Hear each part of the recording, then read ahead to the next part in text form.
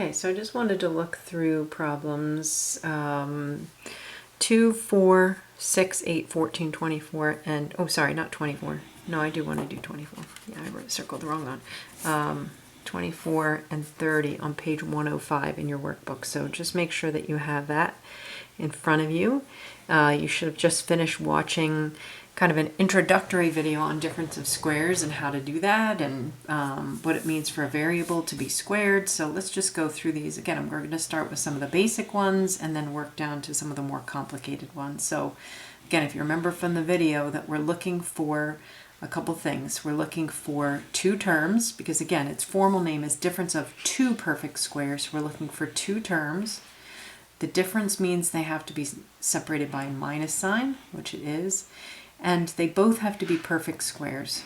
All right, so again, we look at each term and we say, is this a perfect square? So 4 is a perfect squared, and squared is a perfect squared, and 49 is a perfect square because it's 7 times 7. So yes, this fits the definition of difference of two perfect squares, or again, its nickname is difference of squares. And so hopefully you remember that we're going to separate it into two binomials. So I'm going to leave two parentheses about that big. And then I'm just going to take the square root of each of these. So if I have to take the square root of 4, again, I'm asking the question, what two numbers multiply together to give me 4? Well, that would be 2 and 2. So we would say that's the square root of 4. Right, and then n just gets split up evenly between these two. All right, and then remember, 49 comes from 7 times 7. And then one parentheses gets a plus, and one parentheses gets a minus. Again, let's just multiply this out just to make sure that you remember why this multiplies out to this. So when we use FOIL, again, that first times first, 2n times 2n is 4n. Now remember, this is a 1 right here and a 1 right here, so this is power rule, so this is going to become n squared. Then next we would do 2n times negative 7, which is going to give us negative 14n. And then I switch over to the 7 and I make sure it gets a chance to match up with everybody over here. So 7 times positive 2n gives me plus 14n. And then 7 times negative 7 is negative 49. And again, notice how these two terms cancel out because they're always the same number but opposite signs by design. All right, and so then we end up with 49n squared, I'm sorry, not 49, 4n squared minus 49, which is exactly what we started with. Okay, number 4, even easier because there's no coefficient in front of the p squared term, so that's just an implied 1.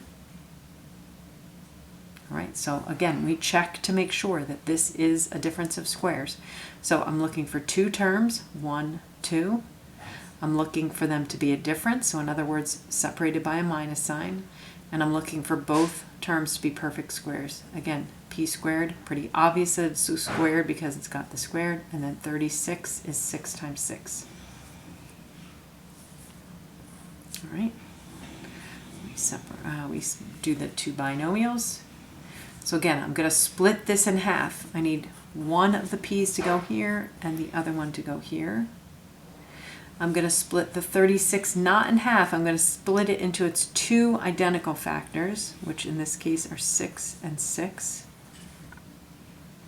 And then again, in order to get that minus sign, I need to do one positive and one negative, because when I go to FOIL this out, I'm going to do this positive 6 times a negative 6 is going to give me that negative 36. All right, so again, just to double check, p times p squared. P times negative 6 is negative 6p. Positive 6 times p is plus 6p. And then positive 6 times negative 6 is negative 36. Again, these middle terms will cancel, and we're done with them. Okay, number 8. I'm going to skip 6 and come back to that in just a second, but number 8, let's do that. All right. So again, I start by saying, hey, this has some characteristics of things on this page. So I'm going to look at this and I'm going to say, is this two terms? Yes, it is. Is it a difference? Yes, it is. Are these perfect squares? Well, goodness. We don't go up that high in memory work for 294, so I don't know if that's a perfect square, but I do know that we go up high enough to know that 150 is not on my list of perfect squares. So I might look at this and say, oh, that was a mistake that this ended up on this page. This is not a difference of squares, not because it doesn't have two terms, not because they're not separated by a minus, but because the two numbers involved are not perfect squares. So something that we need to remember is that we do have another factoring technique, and that is GCF. All right. And so I'm going to look at these two, the coefficient and the constant, and I'm going to say, do they have any factors in common? Well, let's see. They're both even, so they at least have a 2. Let's see. 1 plus 5 is 6 plus 0 is 6. So since 3 goes into 6, 3 goes into 150. Let's see if 3 would go into this. 2 plus 9 is 11, and 11 plus 4 is 15. Yeah, 3 goes into 15, so 3 is going to go into 294. So let's see, both 2 and 3 go into each of these. That means 6 goes into each of these. Let's see, not 4, because 4 doesn't go into the last two digits here.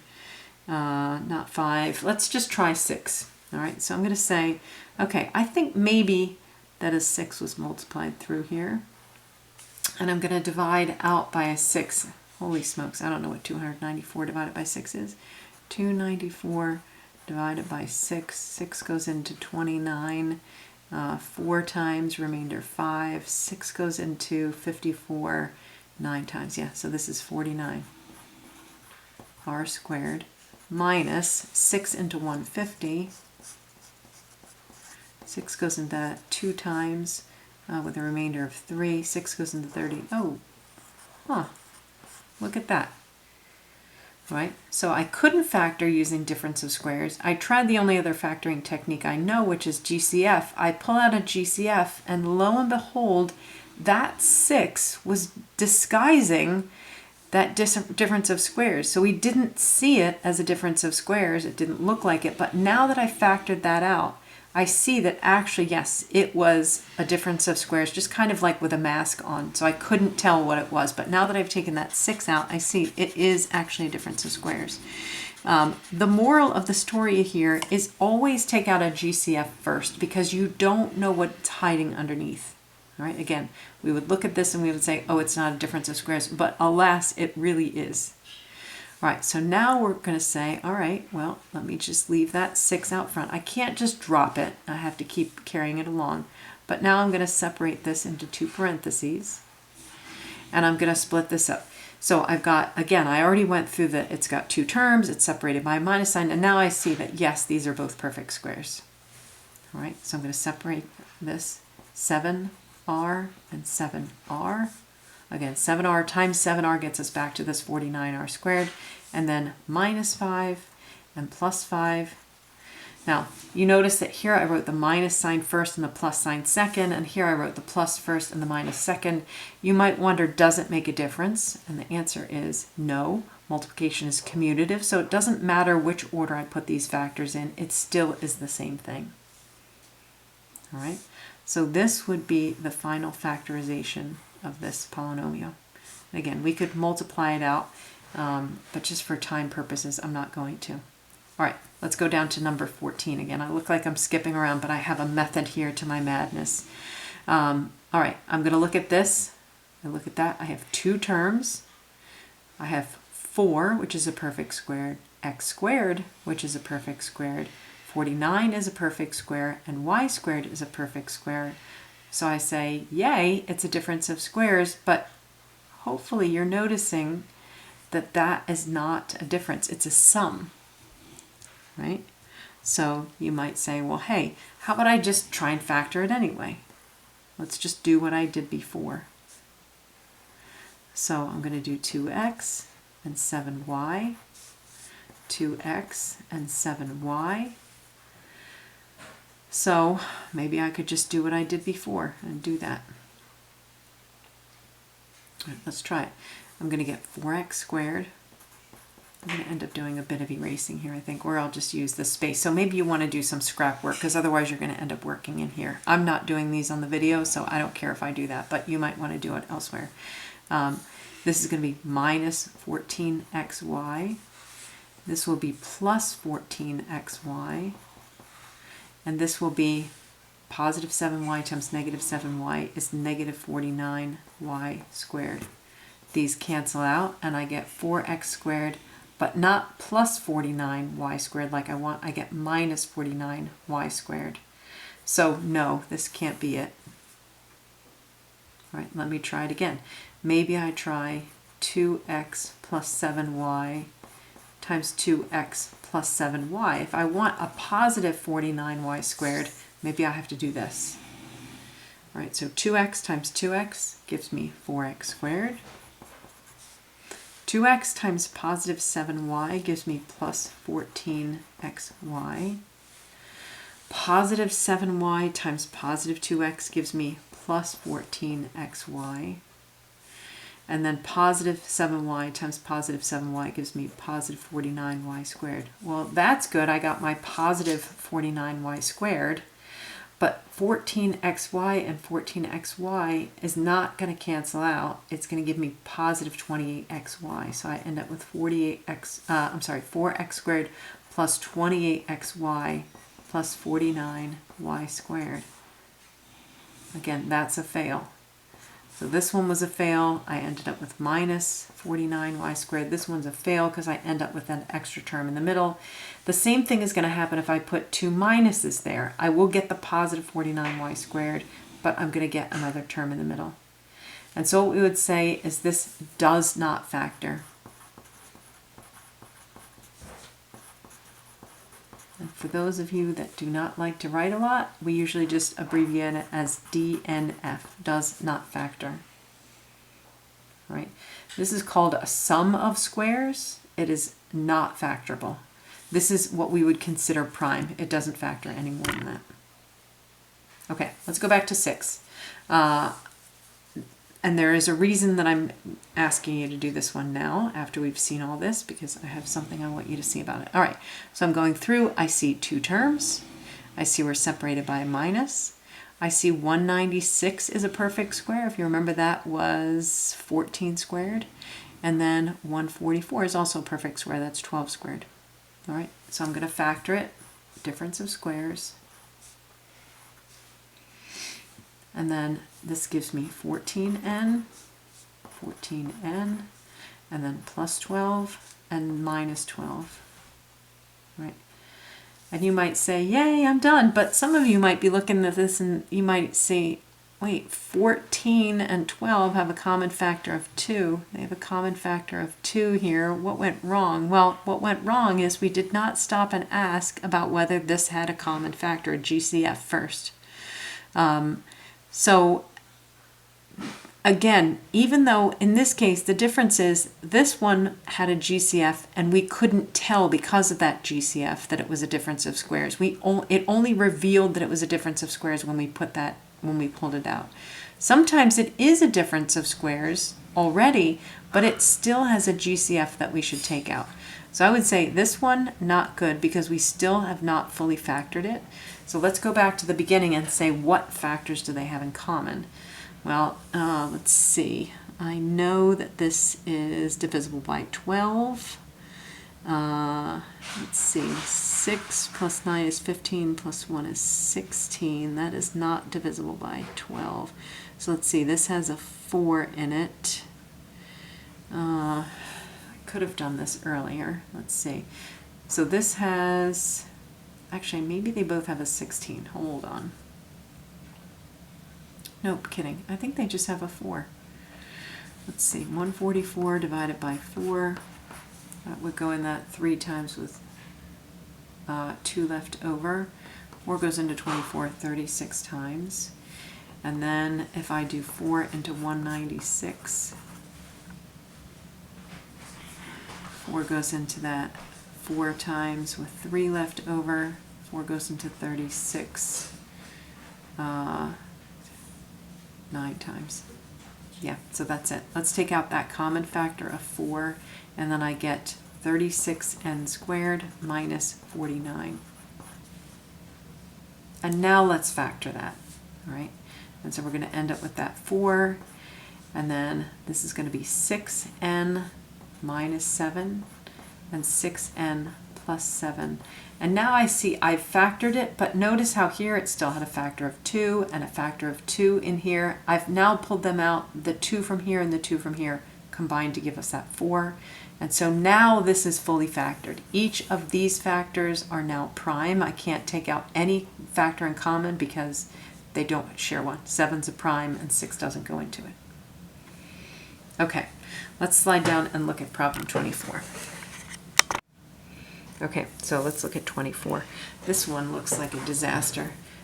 We've got 216 x to the 4th a y and 6y to the 5th a y. I'm looking at this. First of all, 216 is not a perfect square. 6 is not a perfect square.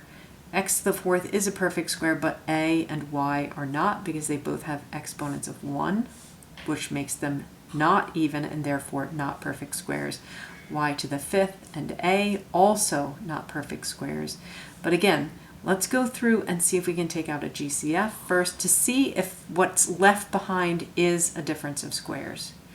So I remember from memory work that 216 is 6 cubed, right? And I have a 6 here. So I'm going to pull out a 6 from that. X to the 4th is fine, and it's also not a GCF. I only have an X here, but not here. Let's go to the A's. I do have an A in both terms, so let me pull that out. And then I do have a Y in both terms. Let me pull that out. All right, so then I say what's remaining. I'm going to take each of these terms and I'm going to divide them by 6ay. So if I do 216 divided by 6, that's 36. The x to the 4th is not touched.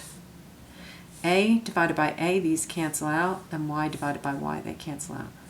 All right, let's do the same thing here. 6ay. 6 divided by 6 is 1.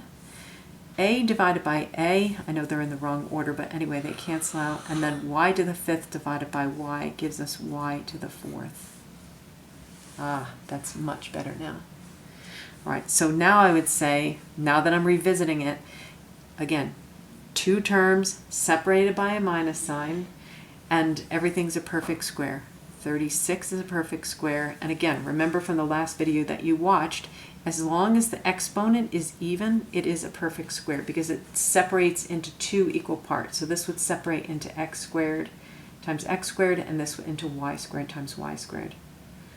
So I'm going to bring the 6ay down and separate it into 2 parentheses.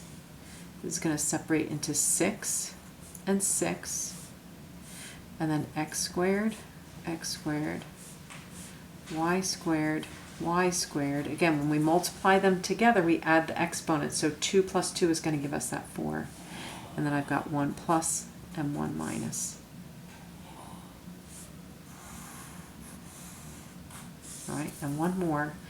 I just wanted to do this one because it's got the x to the 6th and y to the 6th. Again, I go through my checklist here. Is it 2 terms? Yes. Are they separated by a minus sign? Yes. Is everything a perfect square? Well, 64, hopefully that's obvious. X to the 6th is a perfect square because I could break that down into x to the 3rd times x to the 3rd. They will add together to give us that x to the 6th. And likewise, y to the 6th will do the same thing. So we've got, sorry, that's Mr. Taylor snoring in the background. I hope you can't hear him. We're going to separate that. This becomes an 8 and an 8. This is going to break down into an x to the 3rd and x to the 3rd, y to the 3rd and y to the 3rd, and then again we put 1 plus 1 minus. And again, if you reverse the order of these, you're totally fine. Okay, that's it.